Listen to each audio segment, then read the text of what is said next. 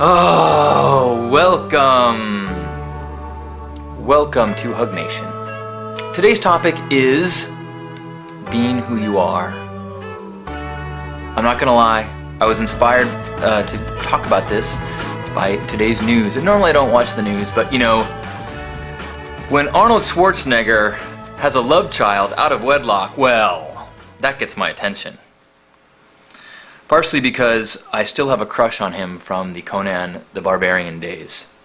I was so into Conan the Barbarian that when I was a wee lad, I begged my mom and she got me a Conan the Barbarian cake that was shaped in his sword.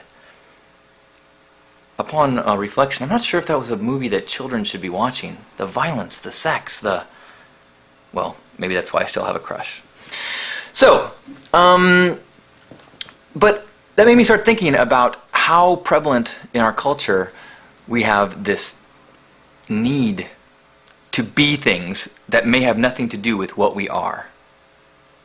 Which is interesting because if you look at the way we're raised, and if you look at the messaging that we get as we grow up, it sounds like we're totally encouraged to be unique and be individuals and be yourself. You know, that's a part of so much of kind of the storyline we say to kids. There's a great line in Dr. Seuss.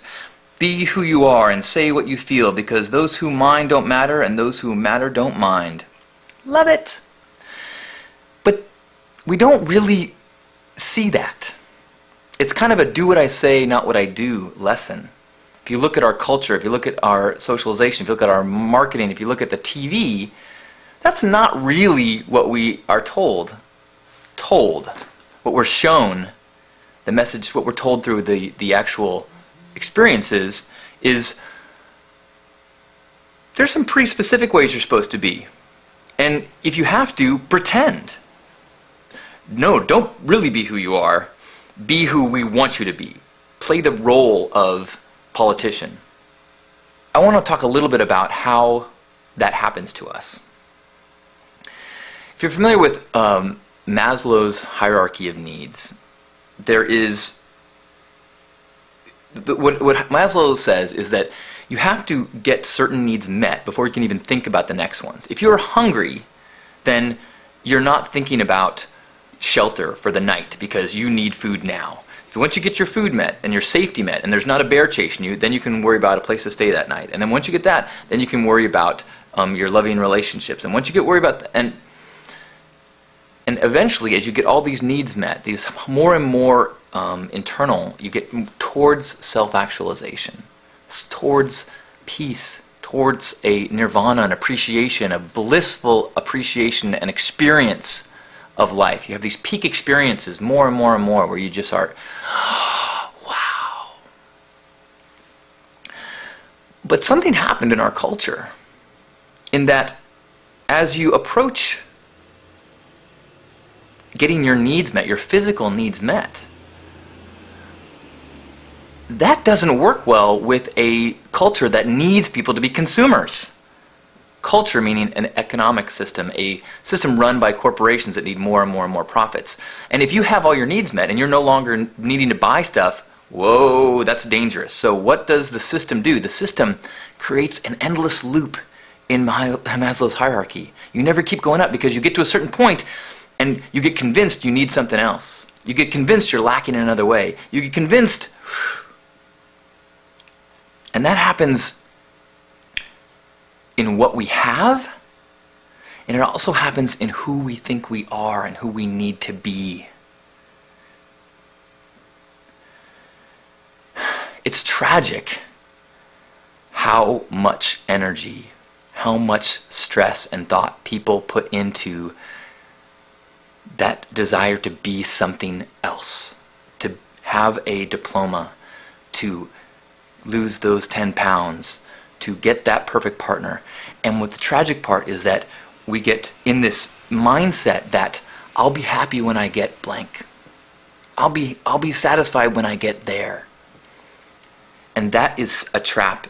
That is that you never get out of. The only way to get out of it is to cure yourself of that thinking of I'll be happy when I, and snapping back into the present. if you look at what we're supposed to be, it's no wonder we are on this treadmill of just constantly chasing. You do not see a photograph in a magazine that isn't photoshopped. Every person that goes on TV puts makeup on first. Everything we're exposed to is this idealized thing. In fact, and then it's like they're politicians. You know, we're only shown this lily white, perfect, you know, sanitized version of things, and then if people stray out of it, we knock them down and attack them. Not even if it's bad, it's just outside of what we're told is acceptable. And so we are trained not to be what we are, but to be what we're supposed to be, and if we are different in any ways, hide it.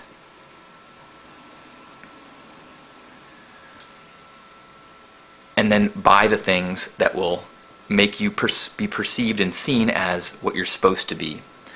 And that is, it's painful for everyone involved. One of my most vivid learning memories about trying to be something was when I was at College Club, and which was collegeclub.com was a site that I was a part of and helped grow to this 4 million member college community. It was kind of like Facebook, but like 12 years too early.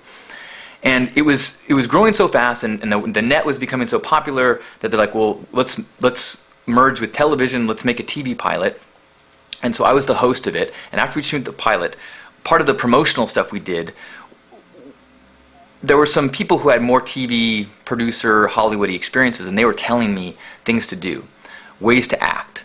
You know, go to this party with an entourage, and we're going to do this, and we're going to have this perception. And I was like, okay, because all I wanted was to be on television. All I wanted was to be the thing that I've been taught is the carrot, right? I want to be famous. I want to be famous.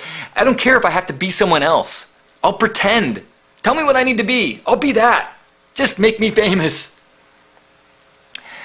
And the show was a total flop. Nothing happened with it. It just felt, you know, it was ridiculous, and these things that I was told to do were ridiculous too.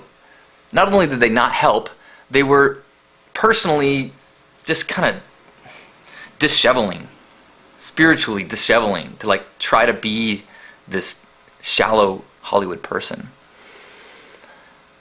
Now what was wonderful for me is that 10 years later approximately, I had a friend at NBC who asked me to audition for the Fears, Regrets, Desires show.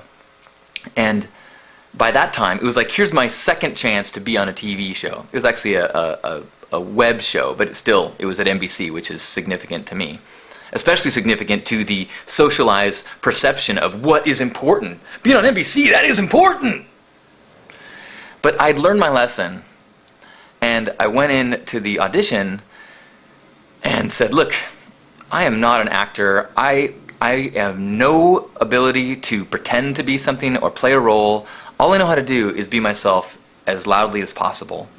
And sometimes that is not a family-friendly thing. Sometimes that is not, lily white. You don't have to Google too long to find things about me that are a little.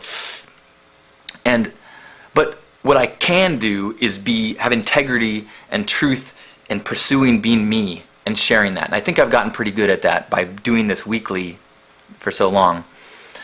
And they said, "You're hired," which was this huge kind of like the universe giving me this affirmation, like, look, don't listen to the voices saying you have to be something you're not if you want to succeed in this culture. Keep listening to your core. Now, the danger of not listening to your core is it's more subtle and more horrific than you even think. Because when we get caught in this, especially the celebrity-focused culture, where the news is constantly telling us to pay attention to the lives of the famous people, or even not just, famous for famous sake. Maybe they've done something amazing, maybe they haven't. Maybe they have a love child out of wedlock, maybe they married somebody royal, maybe they slept with people in a sex tape, whatever, but there's this culture of lives that we're supposed to care about and pay attention to. And I just listened to this quote by Terence McKenna, this talk of his, and he was saying, like, wake up! You are robbing yourself of the now. The only thing that matters, the miracle of our lives, is this moment right now. And when you get caught up into paying attention to other lives that you don't even touch, these other stories, these invented lives, these narratives of fame and fortune, blah, blah, blah, blah, we miss the true miracle that is available to everyone, which is the now moment of our own lives. We often think about progress and about our society and the amazing growth, manifest destiny of our culture. And I would argue that evolution, the growth that is exciting, that is what the cosmos wants us to do, is not building our cities out, not building out our media, not building out, turning us into consumers of this stuff. It's the evolution of our own consciousness. And every single person, regardless of their fame or wealth or any of those things, every single person is ground zero for that adventure into the consciousness, into the awareness of the gift, into the connection to love and compassion and the God consciousness. And for every time you get sucked into the stories of other lives, you are like, you're taking a step backward. You are missing the point. You are missing the purpose of your role on this planet, which is awe, appreciation, oneness, feeling the connection, recognizing that you are in the middle of the gift.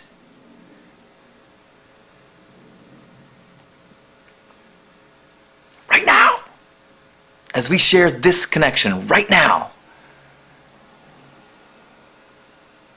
This is why you're here. To be present. To receive the endless miracles of this universe. From blades of grass to mountaintops to black holes. Just receiving all that. And then allowing our ego minds to dissolve and hopefully feeling that connection to everything. And without striving, without conquering, without achieving, we have peak experiences. We have self-actualization. We are in the God consciousness. And we have no choice but to make the universe better, to explode with love, to feel deep gratitude and appreciation for every moment. Without attachment, without judgment. And it is that state that we need to keep practicing coming back to. That's what we do here now. That's why I'm so grateful that we get to have this time once a week to snap back. No matter what the governor says or does or impregnates. So thank you. Thank you. I love you.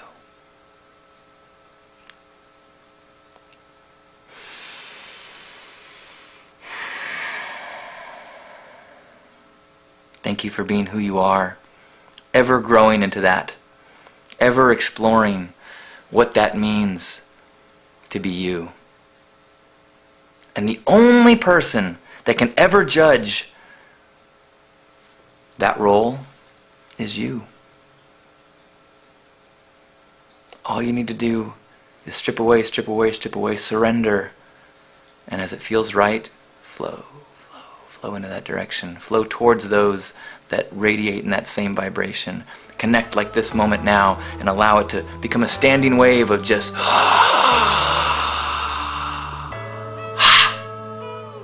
on behalf of Grandpa Caleb and all the love warriors, happy HugNation. I love you. Thank you for being you. Thank you for seeking deeper understanding of that.